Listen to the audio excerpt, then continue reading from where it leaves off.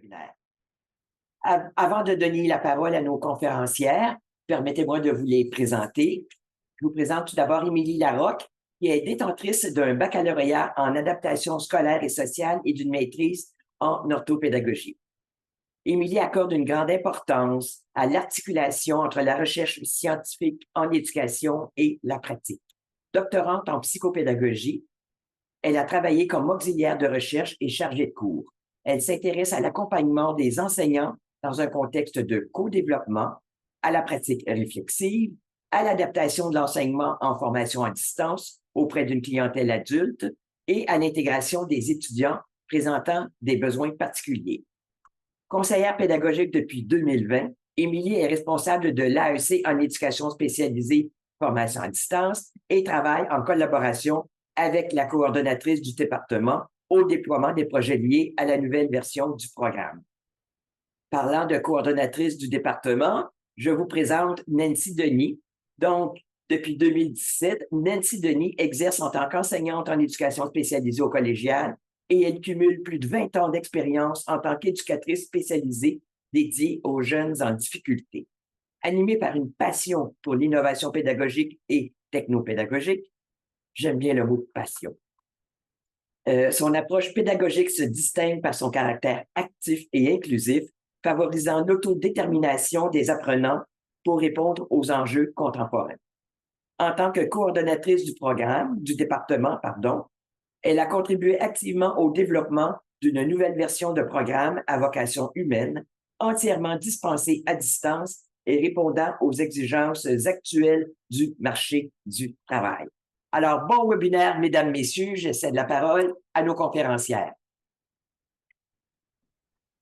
Oui, donc bonjour. Je vais commencer tout d'abord par partager mon écran pour la présentation. Excellent. Donc, bonjour tout le monde. Merci d'être avec nous dans ce webinaire. Merci Nicole pour la belle présentation. C'est une prise 2 pour nous, en fait, avec cette communication parce que on a présenté cette communication au congrès de la QPC qui était à Gatineau le printemps dernier. Donc, merci de vous joindre à cette récidive qui, l'espérons, sera à la hauteur de ce qu'on a fait la première fois. Nicole m'a présenté, donc Émilie Larocque. Je travaille à la formation continue du Cégep de la Gaspésie et des Îles. Je suis accompagnée de ma main droite, de ma partenaire, Nancy Denis, qui est coordonnatrice et enseignante dans notre programme à l'AEC en éducation spécialisée. Bien humblement, aujourd'hui, notre présentation vise à vous présenter nos pratiques innovantes. Donc, comment nous en sommes venus à nous rapprocher tout en étant un programme à distance et comment on repousse les limites pédagogiques. Donc, à quoi ressemblera le plan de notre présentation? On vous propose tout d'abord de faire un bref survol, de vous exposer plus en détail qui nous sommes, les caractéristiques de notre programme, sa raison d'être également. On va vous présenter nos pratiques pédagogiques. On aimerait aussi susciter vos réflexions. On va vous partager des outils qui, nous l'espérons, vous seront utiles dans votre pratique à vous, à un collègue, à votre département, à votre équipe. Et on va vous parler également des projets à venir. On a toujours des projets de développement dans notre plan de travail annuel. Et on terminera en répondant aux questions comme Nicole l'a mentionné. Donc, voilà. Alors, bonjour tout le monde. Laissez-moi le plaisir de vous présenter tout d'abord qui on est. On fait partie du Cégep de la Gaspésie et des Îles. Le Cégep de la Gaspésie et des Îles, si vous ne le connaissez pas, il est situé dans un environnement vraiment naturel, exceptionnel, entre la mer, la plage, les forêts. Donc, on vous invite peut-être à passer, nous rendre visite si vous passez dans le coin. Le Cégep de la Gaspésie des Îles est constitué de 3 campus et d'une école nationale en pêche et en aquaculture. Donc, on retrouve un campus à Gaspé. L'École nationale en pêche et en aquaculture est située à Grande-Rivière. On a un campus aux îles de la Madeleine et un campus à Carleton-sur-Mer dans la baie des Chaleurs. Donc, notre programme appartient à ce campus-là, entre autres. Maintenant, vous allez voir sur la carte, notre équipe est un peu éclatée un peu partout en province. Donc, on a des gens qui enseignent chez nous, qui sont à Québec, à Trois-Rivières, à Rimouski, à Gaspé, à Bonaventure, à Longueuil, à Rivière-au-Nord, à New Carlisle. Bref, notre équipe d'enseignants, d'enseignantes est située entre la Gaspésie et Saint-Constant, je dirais. C'est notre territoire, très élargi. Pourquoi avoir mis en place un AEC à distance? Tout d'abord, ce programme a été élaboré et réfléchi par ma collègue Nathalie Blais. Et l'une des raisons principales était de répondre à la demande du marché du travail. J'ose dire qu'on est encore dans cette situation. Il y a pénurie de main-d'œuvre en éducation spécialisée. Et le choix d'offrir un AEC permettait de répondre à cette demande, donc de former des intervenants compétents qui vont pouvoir intégrer plus rapidement le marché du travail. Toutefois, on sait que le fait d'offrir un AEC, donc une formation qui va s'adresser à une clientèle adulte, vient avec certaines particularités. Entre autres, on sait que notre clientèle adulte a souvent des enjeux liés à la conciliation, travail, études, famille. Pour certains, c'est une réorientation professionnelle. Pour d'autres, c'est un retour sur les bancs d'école. Donc, considérant tous ces aspects, le choix a été fait d'offrir le programme entièrement à distance. Un programme humain, donc quand même audacieux. On remonte là à quelques années quand même. Et le dernier point, c'est qu'en offrant la formation entièrement à distance, bien évidemment, ça nous permet, comme programme, de recruter des enseignants partout au Québec. Ce qui fait en sorte, et j'aime le dire, que notre équipe se démarque. Chaque enseignante a sa spécialisation, sa couleur. C'est comme la crème de la crème, mettons là, que je parle pour ma paroisse, là. Donc, je vais laisser Nancy vous parler un petit peu plus spécifiquement de notre programme pour vous permettre de bien comprendre là, le contexte. Alors, notre programme, comme Émilie le disait, c'est un programme qui a été développé avant la pandémie, complètement à distance, ça a été réfléchi en ce sens-là. C'est le programme de l'éducation spécialisée, dans le fond, un programme de 2085 heures. Il y a 24 cours. C'est distribué sur 6 blocs de formation et les 2 derniers blocs sont consacrés entièrement à des stages dans le milieu où sont nos apprenants. Il y a 23 compétences. C'est un programme d'une durée de 22 mois.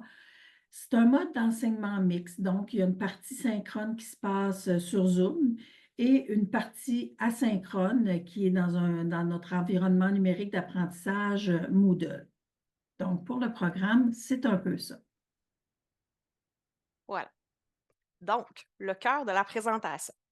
On a regroupé en 6 différentes catégories nos pratiques pédagogiques innovantes, bien humblement.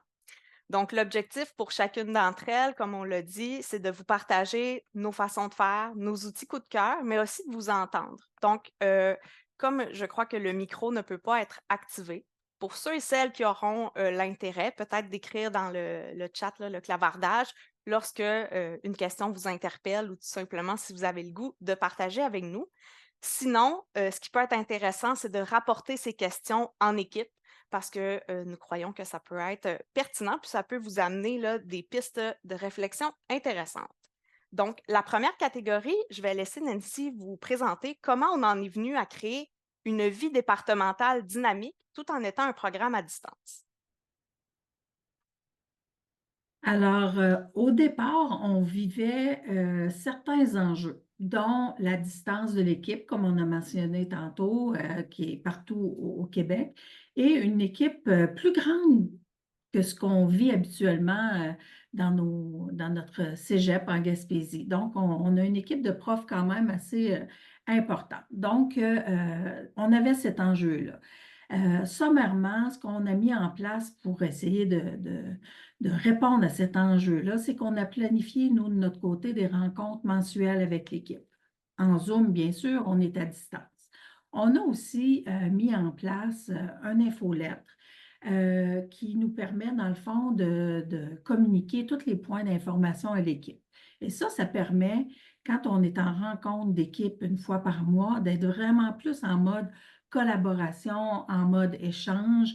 Ça favorise vraiment l'approche programme aussi. Donc ça, pour nous, c'est important. Donc, on a mis ça en place. On a créé aussi des canaux de communication et vous allez voir tantôt, on va vous présenter nos petits outils là, que vous allez avoir accès à ça après la présentation. Mais on a vraiment pris le temps de regarder comment on fait pour communiquer efficacement dans notre équipe.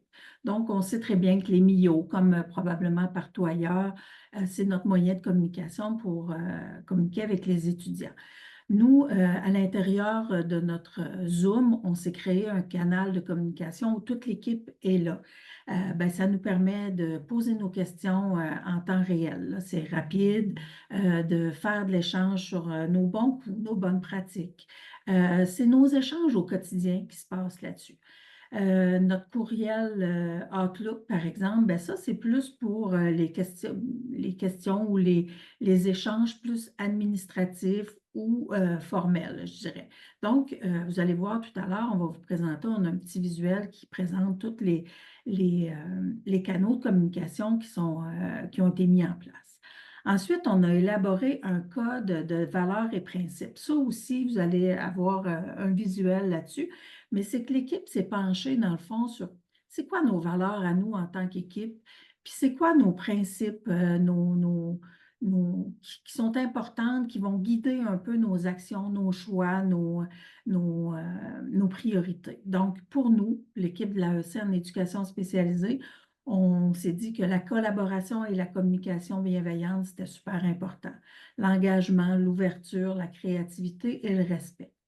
Dans nos principes importants, on se disait que c'était important de reconnaître l'expertise de chacun. Et ça implique l'expertise de chacun des enseignants, mais aussi de nos apprenants, qui sont des adultes, qui ont un parcours de vie qui est souvent très riche et intéressant. Et notre deuxième principe important, c'était de former des professionnels compétents qui répondent aux exigences du marché du travail actuel. Donc ça, on a mis ça en place. On a tenté aussi de développer un esprit de collaboration, partage de ressources. Donc, notre équipe, puis on se fait souvent dire, hein, pour une équipe à distance, là, on est vraiment tissé serré. Il y a beaucoup d'échanges, beaucoup de collaboration. Donc, ça, pour nous, c'est une belle réussite. Comme je le mentionnais, on a mis l'expertise de chacun à l'avant-plan.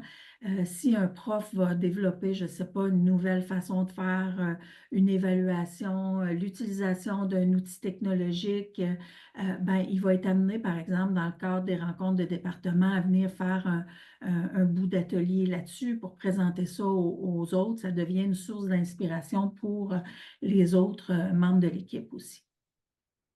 Ensuite, on a mis un salon des profs en place. Nous, on a choisi de le mettre sur Moodle. Donc, c'est comme un cours, pour ceux qui connaissent Moodle, c'est comme un cours où il y a plusieurs tuiles.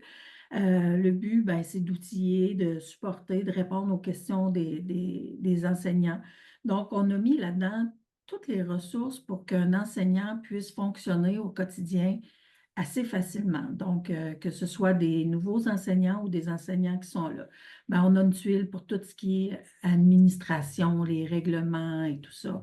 On a différents tutoriels au niveau des outils numériques. On a une tuile sur les évaluations, une tuile en lien avec tout ce qui est pédagogie. Donc, il y a plusieurs tuiles. Encore une fois, c'est quelque chose qui va vous être présenté là, dans les petits outils.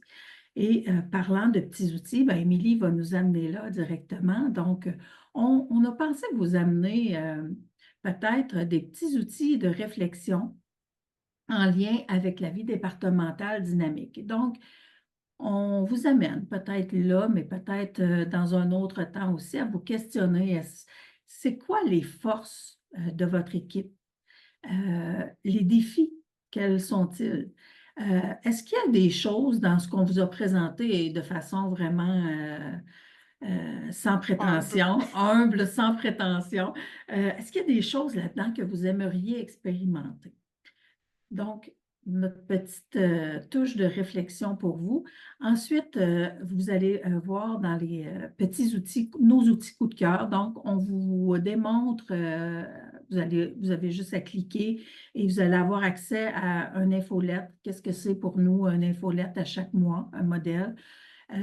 Ensuite, nos fameux canaux de communication. Donc, pour nous, c'est clair avec l'équipe maintenant, on jase de quoi, où, tout est là. Ensuite de ça, vous avez dans ces petits outils-là le visuel pour nos valeurs et nos orientations, dans le fond, qui ont été ciblées en équipe. Alors, voilà pour cette première partie-là. Je ne vois pas le clavardage, mais si certains avaient déjà envie de donner réponse à ces réflexions, ils sont les bienvenus. Donc, on a parlé des enseignants.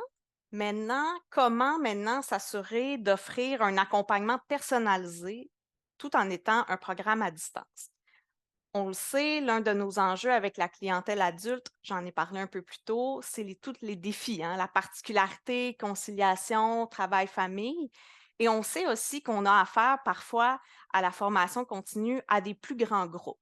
Donc, comment s'assurer que les étudiants sentent qu'ils sont à leur place, qu'on se préoccupe, qu'ils développent leur sentiment d'appartenance? Donc, voici les choses qu'on a instaurées au sein du programme. Tout d'abord, au même titre que les étudiants probablement dans vos campus, on a instauré une semaine d'accueil en virtuel. Donc, l'objectif, c'est de faire vivre aux nouveaux étudiants qui arrivent des moments d'échange pour briser la glace, apprendre à se présenter, échanger, également se familiariser avec les différentes plateformes. Et c'est là qu'on vient renforcer la motivation, l'engagement, parce qu'on met sur la présentation de témoignages, entre autres des témoignages de nos étudiants finissants et des témoignages de bénéficiaires ou de clients, d'usagers qui reçoivent au quotidien eux-mêmes des services d'un éducateur ou d'une éducatrice spécialisée. Et on dit aux étudiants, on vient répondre ici à votre question, pourquoi? Pourquoi vous êtes ici? Pourquoi vous avez choisi de vous inscrire dans cette formation-là? On vient le statuer dès le début du parcours. On offre aussi des midis bien-être. On voulait sortir un peu du cadre là, scolaire très formel. Donc, l'objectif, c'est d'offrir des ateliers qui mettent de l'avant l'importance du bien-être. En intervention, on le dit souvent à nos étudiants, vous allez être votre propre outil de travail. L'intervenant se doit de prendre soin de lui s'il veut être en mesure de prendre soin des autres. Donc, que ce soit une séance de yoga, un partage de recettes pour le temps des fêtes, peu importe, on y va avec les propositions de nos étudiants, mais on a vraiment une programmation de midi bien-être qui permet encore une fois de tisser des liens, même en étant à distance. Toujours maintenant dans une approche de conception universelle de l'apprentissage, je dirais que notre programme est très flexible ou du moins offre une grande flexibilité à nos étudiants. Que ce soit par le fait que tous nos cours synchrones sont enregistrés. Donc, si un étudiant, pour une raison X, doit s'absenter, si une personne n'a pas compris un élément, aimerait y revenir, il y a toujours la possibilité de revisionner le cours. Autre type de modalité, nos enseignants offrent diverses modalités pour la remise des travaux.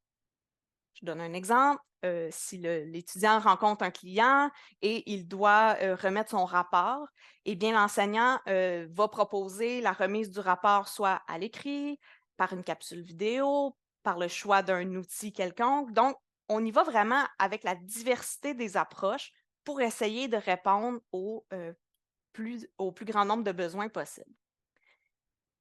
Comme plusieurs établissements, on offre également des ateliers de soutien à la réussite et du tutorat. On a un service de tutorat. Et ce qu'on fait en équipe, une fois par mois, nous faisons, lors de nos rencontres là, que Nancy a parlé tout à l'heure, le suivi des apprentissages. Donc, cours par cours, étudiant par étudiant, on va vraiment sortir les forces, les bons coups, les défis, les enjeux. Donc, c'est à la fois un moment d'échange qui permet en équipe de statuer sur le soutien qu'on peut offrir à nos étudiants. Puis c'est un moment d'échange pour peut-être les nouveaux enseignants au niveau de l'accompagnement. Donc, ça permet vraiment là, de partager ensemble, puis on voit là, des beaux résultats de cette pratique. Comme conseillère pédagogique, je fais aussi des contrats d'aide à la réussite.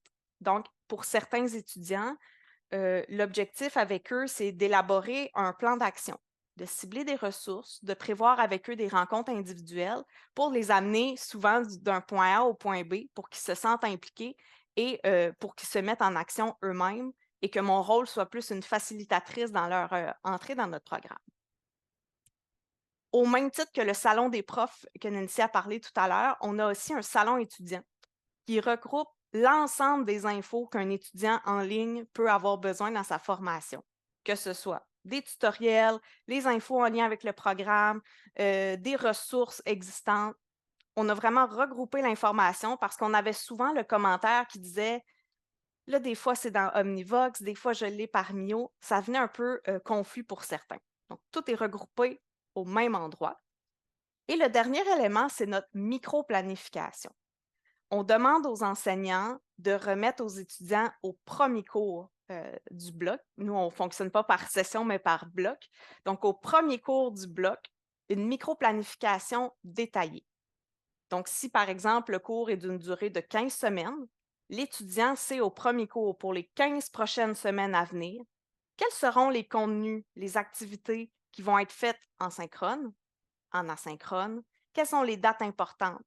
Donc, pour l'étudiant, ça facilite cette conciliation de travail, famille, études, de savoir qu'à la semaine 6, le cours sera en asynchrone et que tel et tel élément seront vus. Et pour nous, je dirais que comme programme, ça nous permet de venir répondre également aux fameuses questions, le pourquoi, quand, comment. L'étudiant voit le fil conducteur du cours, puis ça nous permet, Nancy comme coordonnatrice et moi comme conseillère pédagogique, lorsqu'on reçoit les micro-planifications des enseignants, d'assurer l'approche programme. Si, par exemple, on se rend compte avant l'approbation de nos plans de cours qu'il y a 4 enseignantes qui avaient prévu à la semaine 5 des tables rondes. Bon, on perd peut-être l'aspect de nouveauté, donc de soulever en approche programme parce qu'on a déjà un plan de travail établi. J'en suis consciente, ça demande un certain travail de déjà mettre sur le papier les 15 prochaines semaines à venir, mais on voit un beau résultat pour nos étudiants et pour l'accompagnement qu'ils ont besoin. Donc, les petites questions que nous avons pour vous en lien avec l'accompagnement des étudiants. Est-ce que vous pourriez décrire vos étudiants en 3 mots? Quels sont, selon vous, les besoins non comblés de vos étudiants? Et qu'est-ce que votre département, votre équipe ou vous-même pourriez ajouter comme offre pour mieux accompagner, mieux soutenir vos étudiants? Alors, on vous invite à utiliser le module de chat si vous désirez là, placer des réponses, les réponses qui vous concernent. Vous êtes invité à le faire dans le module de chat. Exactement. Merci. Et pour ceux et celles qui auront envie là, de consulter, on vous a partagé nos outils coup de cœur. Donc, on vous a présenté un exemple de programmation lorsqu'on présente une semaine d'accueil avec nos étudiants. On vous a également mis un exemple de programmation dans nos midis bien-être. On vous a mis une visite virtuelle de notre salon étudiant. Donc, si vous vous questionnez pour instaurer peut-être ce type de plateforme, on vous donne un exemple. Et on vous a mis également un exemple de micro-planification. Donc, le type de document qu'on demande à nos enseignants pour assurer la cohérence puis le fil conducteur dans nos cours. Donc, encore une fois, libre à vous d'aller vous en inspirer au besoin. Donc, voilà. Alors maintenant, la troisième catégorie mettra en lumière les approches pédagogiques innovantes. Avant de vous parler de ce qu'on a mis en place, il est important, dans le fond, de souligner l'enjeu qui était à la base de notre réflexion.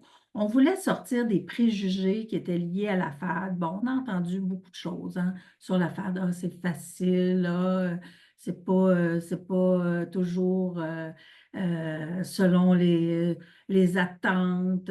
Et on voulait aussi favoriser des situations authentiques et ce, même à distance. Donc, pour nous, ce qu'on a fait, c'est qu'on a intégré la théorie de l'autodétermination dans nos réflexions, dans notre démarche.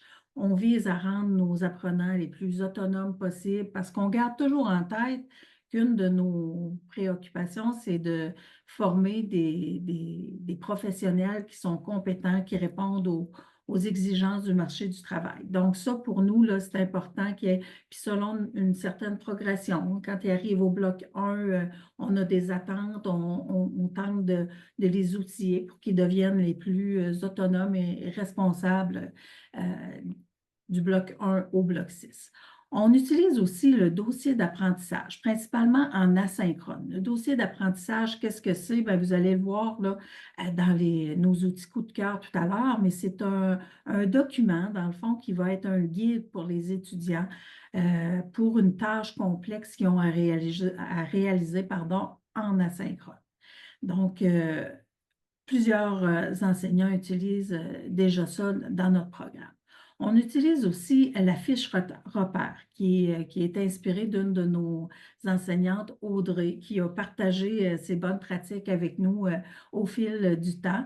Donc, la fiche repère, c'est souvent vu comme une synthèse des concepts. On voit ça beaucoup avec des mots-clés, c'est imagé. Ça va être utilisé en synchrone, par exemple.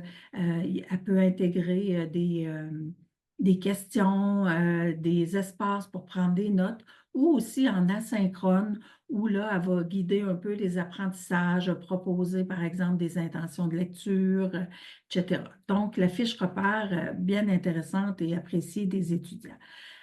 Certains vont utiliser le balado aussi, quelque chose que probablement dans vos établissements, vous commencez à utiliser aussi. La scénarisation interactive, on l'utilise. Il y a une prof, entre autres, qui fait des petits bijoux avec ça dans notre programme. Dans le fond, propose des scénarios, des histoires où les apprenants ont à faire des choix. C'est bon, avec des embranchements, là, puis qui les amène à explorer, dans le fond, différentes possibilités en lien avec les concepts qui sont à l'étude dans le cours. Ensuite de ça, on va souvent utiliser, nous, les comédiens, parce que même à distance, là, ça se fait. Et puis, on voit des très beaux résultats. Donc, que ce soit, par exemple, dans un cours de relation d'aide, dans un cours de situation de crise, vous serez étonné de voir à distance qu'est-ce que ça donne. C'est vraiment impressionnant. Donc, que ce soit en cours de session comme activité d'apprentissage ou comme activité plus en termes d'évaluation, vraiment intéressant. Est-ce que vous parlez de simulation à ce moment-là? Les comédiens doivent... Qui sont ces comédiens-là et que font-ils ou elles? Oui, ben on a une banque de comédiens, effectivement, qui sont vraiment, vraiment très performants, là, qui ont la désorganisation facile. C'est de toute beauté de voir ça. Donc, on met nos étudiants en contexte et puis là, ils peuvent être, par exemple, on lui dit, vous allez aller rencontrer tel client. Donc là, ils ont juste à cogner à la porte et quand l'écran s'ouvre, c'est le comédien qui est là et il y a eu au préalable un scénario de l'enseignante qui lui dit, bon, si l'étudiant a telle réaction, toi, tu vas vers cette route-là et tout ça. Donc, oui, c'est comme une simulation avec quelqu'un d'étranger là, qui est pas leur prof puis qui a du talent en, en simulation, en comédie, oui, c'est ça. Merci. Ensuite de ça, on va utiliser souvent les tables rondes aussi. Donc, les tables rondes, un groupe de 4-5 étudiants qu'on va mettre ensemble avec l'enseignant. On va leur proposer une histoire de cas ou parfois des témoignages aussi. Suite à ça, ils vont devoir faire soit une résolution de problème, une analyse de concept et tout ça. Donc, bien, bien intéressant, même à distance. Et finalement, le Class Lab. Le Class Lab, c'est un petit projet chouchou, coup de cœur là, de la dernière année. On a fait un projet pilote l'année dernière. Je vous résume un peu, là.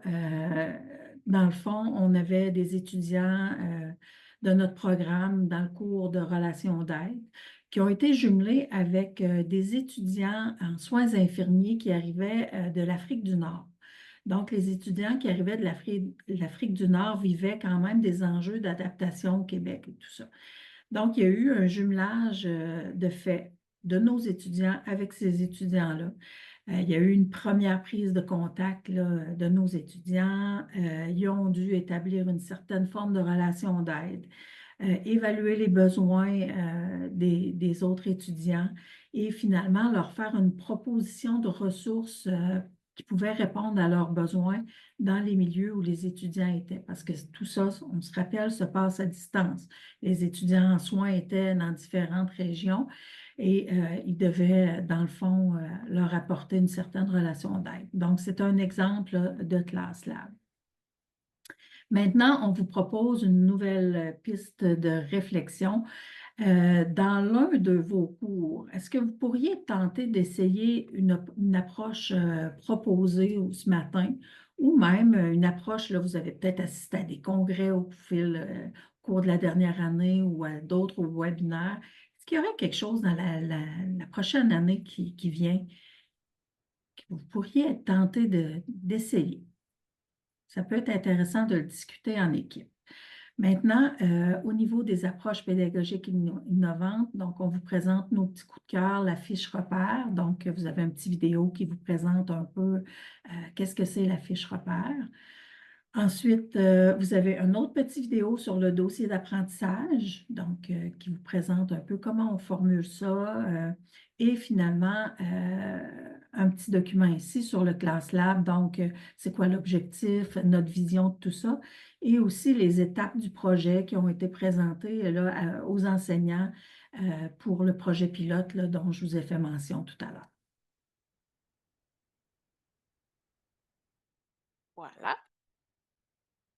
Donc, on en parle depuis tout à l'heure, être un programme à distance dans une technique de relation humaine. Donc, comment s'assurer d'offrir tout de même une offre d'apprentissage 2.0? Comment s'assurer de former des éducateurs qui vont être habiles avec les outils numériques, hein? Les pratiques changent, on s'éloigne tranquillement des dossiers papier. Les milieux demandent aux intervenants d'utiliser de manière efficace et éthique les outils numériques. Et comment faire en sorte de répondre aux besoins de tous, sachant que les compétences en lien avec le numérique sont très hétérogènes. On a des étudiants qui les maîtrisent parfaitement et on a des étudiants pour qui la marche est très haute. Donc, ce qu'on a décidé de faire dans le programme, c'est que à même les plans cadres et à même le logigramme de formation, on a instauré un profil TIC.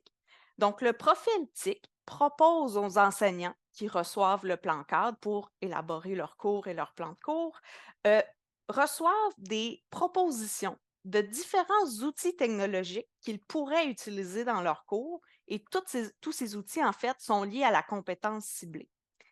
Également, le profil TIC vient nommer des habiletés numériques et des objectifs qui pourraient être intégrés à l'évaluation terminale du cours. Je donne un exemple.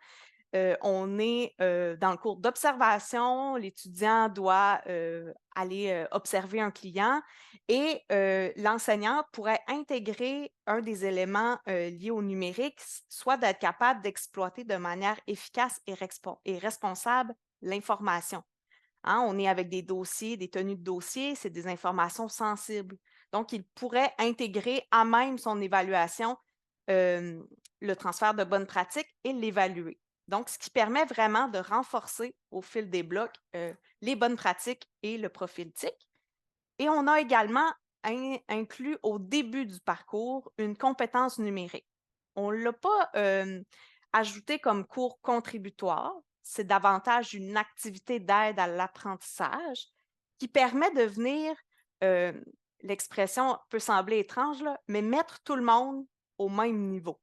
S'assurer que tout le monde part avec les bases communes. Donc, on offre un guide de cheminement et un dossier d'apprentissage numérique qui accompagne les étudiants qui viennent de faire leur entrée dans un parcours en FAD. Et je vous dirais que ce guide de cheminement-là est quand même réutilisé tout au long de leur formation. Ils ont souvent à y faire référence, puis c'est un outil qui initie une personne qui n'a jamais fait de formation en ligne. Donc, c'est quand même vraiment très bien apprécié. D'ailleurs, dans les outils ici qu'on vous propose, je vais y aller d'abord avec mes petites questions de réflexion. Donc, si vous vous ramenez peut-être à la discipline ou à votre programme, quels sont les outils numériques qui sont essentiels pour réussir votre programme? Et lorsque vous les avez ciblés, est-ce que vous croyez que les étudiants ont les compétences nécessaires pour utiliser les outils? Surtout en FAD, nos enseignants parfois nous arrivent avec des propositions d'outils, il y en existe tellement. Il faut s'assurer, on n'est pas une formation en informatique, donc il faut s'assurer avant de bien former nos étudiants pour qu'ils puissent réussir les tâches demandées. Donc, dans nos outils, on vous propose le profil TIC, dans le fond, sur lequel on s'est inspiré. On vous donne également là, un visuel de la compétence numérique. On a choisi, nous, d'intégrer la 1005, la compétence du ministère. Puis, on vous présente notre guide de cheminement numérique. Donc, ce dossier d'apprentissage là, qui suit les étudiants. Encore une fois, pour ceux et celles qui auraient le goût de s'en inspirer.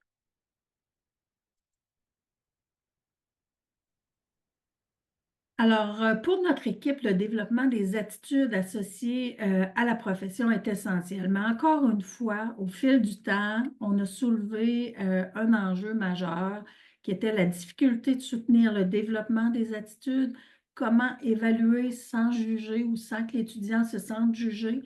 Donc, on a mis en place chez nous un portfolio des attitudes qui est en développement continuel quand même, on s'ajuste. Dans le fond, en équipe, on a ciblé 13 attitudes qui nous semblaient essentielles en éducation spécialisée. On a visé une progression là, selon une taxonomie. Chaque attitude a été définie avec l'équipe. On a ciblé des comportements indicateurs de cette attitude, de chacune des attitudes. Ensuite de ça, chaque cours du logigramme est porteur d'une ou de plusieurs attitudes. Donc, ça a été choisi selon la compétence, selon les critères de performance aussi de chacun des cours. Donc, chacun des cours a une ou des attitudes où l'enseignant va amener des questionnements, va mettre en lumière, vous voyez présentement, telle attitude est nécessaire dans l'exercice de cette profession-là. Ensuite de ça, dans chacun des blocs, on se rappelle, on a 6 blocs de formation. Dans chacun des blocs, on a au moins un cours porteur d'une activité du portfolio des attitudes. Donc, si je vous fais un petit peu un portrait, là, au bloc 1, 2, 3, les étudiants sont amenés, par exemple, dès le bloc 1, à faire un plan de développement de leurs attitudes professionnelles.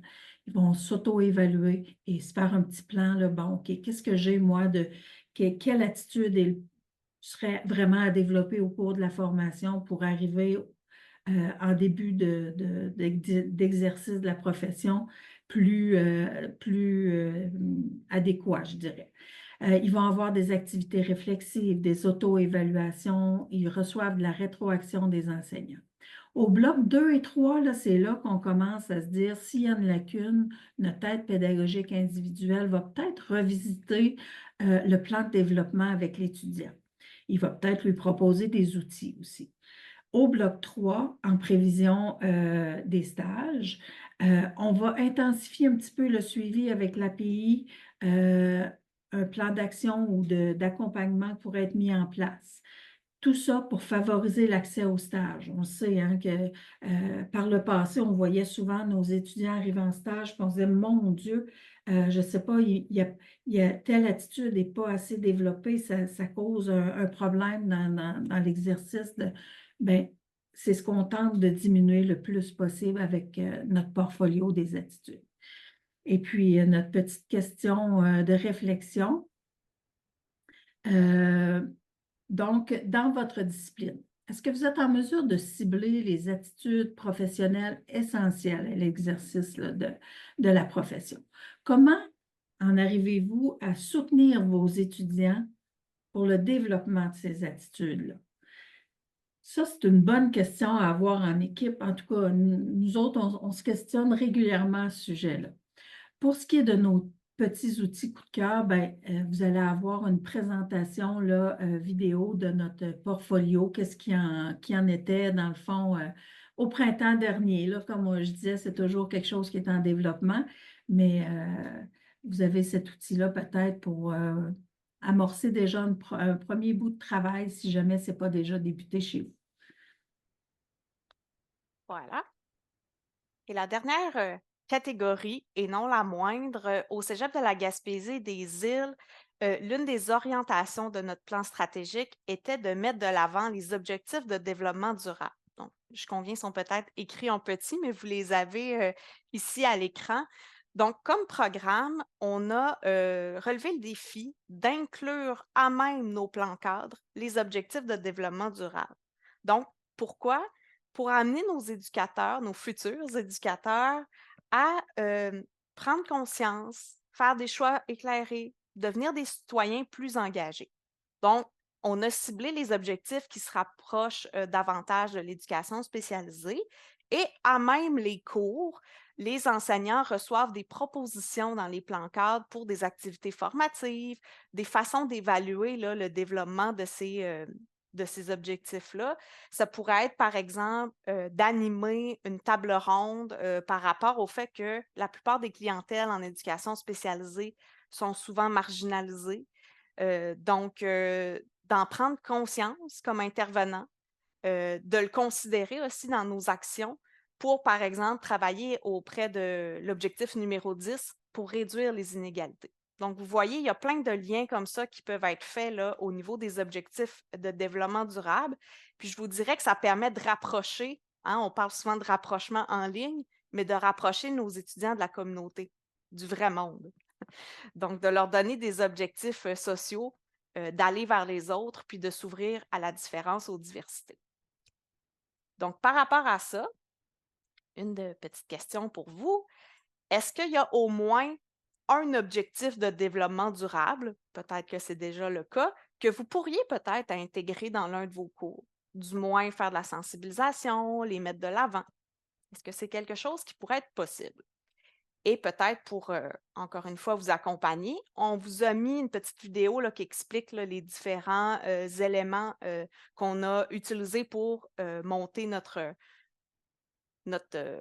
portfolio au niveau des ODD. Puis, on vous a mis différentes stratégies pédagogiques qui nous ont aidés pour intégrer les objectifs de développement durable dans nos cours. Encore une fois, à consulter au besoin. Finalement, nos projets à venir. Bien sûr, on a encore des projets en tête pour la prochaine année et voire même quelques années déjà en tête. Donc, les stages à l'international, pour nous, ben, on aimerait vraiment offrir cette opportunité-là à nos étudiants. Faire des stages à l'international, ben, ce serait une belle possibilité là, pour eux pour déployer, dans le fond, les compétences qu'ils ont développées en cours de route. Faire des liens avec les concepts qui ont été enseignés et aussi, comme Émilie mentionnait juste avant moi, faire des liens avec les objectifs de développement durable. Pensons entre autres pauvreté, faim et les inégalités, le manque d'accès à une éducation de qualité ou les injustices. Donc ça, c'est un premier projet qui nous intéresse. Et deuxième projet qui va nous tenir occupés dans la prochaine année aussi, c'est l'intégration du Class Lab. Donc, on vous a donné un exemple tout à l'heure du projet pilote de l'hiver dernier. Là, nous sommes à préparer le plan de déploiement de nos Class Lab. On a fait le choix de cours porteurs du projet. On est à définir des modalités de collaboration. Donc, c'est un projet là, qui nous tient à cœur pour la prochaine année. Alors, voilà. Donc, vous aurez également nos coordonnées si vous avez des questions, plaintes ou autres. On est très ouvertes. Ça nous fera plaisir d'échanger avec vous et on peut prendre un petit moment pour répondre aux différentes questions. Puis, vous trouverez à la dernière page, évidemment, les références que nous avons utilisées. Donc, merci. Avant de répondre, de vous demander de répondre aux deux questions, permettez-moi tout d'abord de vous remercier pour votre générosité, pour la clarté de votre présentation, pour la pertinence, pour la richesse de cette présentation-là. Merci aussi pour le partage, tous les documents que vous nous avez présentés sont accessibles à partir de votre diaporama qui sera transmis là, aux participants après après le webinaire. Alors, un gros merci, c'était très intéressant.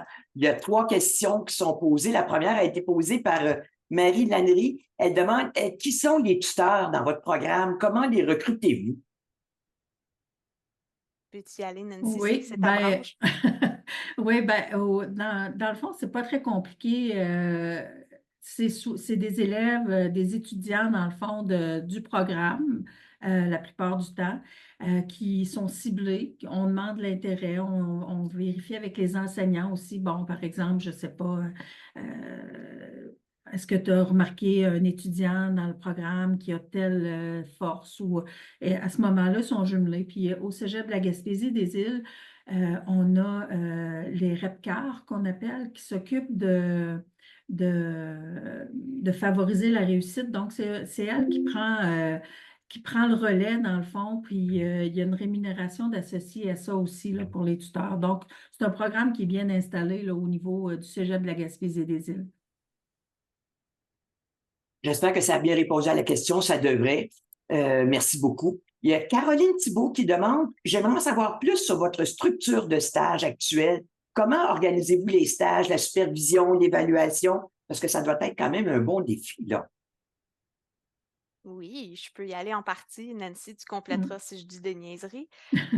On a une coordonnatrice des stages qui assure le placement parce qu'on se rappelle, nos étudiants sont partout au Québec. Donc, il faut trouver des milieux à Fermont, en Gaspésie, en Trois-Rivières. Donc, la coordonnatrice des stages s'assure d'assurer le placement de nos étudiants partout au Québec.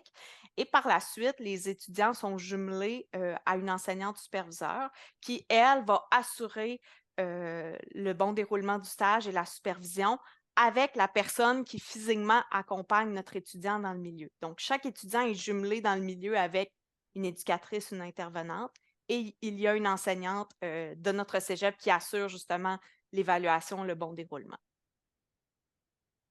Merci beaucoup. L'autre question, je crois que vous en avez parlé, mais ça vaudrait peut-être la peine qu'on se rafraîchisse là-dessus. Qu'est-ce que c'est un Class Lab? Oui, c'est le nom qu'on a donné temporaire, mais l'idée, c'est plus d'y aller avec une idée de clinique, là. Donc, d'offrir à nos étudiants, dans le cadre de leurs cours, dans le cadre des évaluations, l'opportunité d'offrir des services en éducation spécialisée à la communauté. Donc, comme le projet pilote, on avait jumelé nos étudiants avec d'autres étudiants qui vivaient des problématiques. L'idée sera poussée. Vous aurez certainement des nouvelles prochainement de notre projet, mais c'est un petit peu l'idée derrière. Il n'y a plus de questions. Les gens ont beaucoup apprécié. Alors, de toute façon, tout le monde va avoir un 10 minutes de plus. Ça devait durer jusqu'à 12h30, mais bon. Alors, je tiens à vous remercier énormément, toutes les deux, pour cette présentation-là. Je n'ai que des bons mots à vous dire et j'espère avoir le plaisir et même l'honneur de vous rencontrer éventuellement au prochain colloque de l'EQPC qui va se tenir au Cégep de Sainte-Foy. Alors, merci à toutes les deux et c'est très inspirant. Merci beaucoup. Merci à vous. Bonne fin de journée. Bye bye. Bye.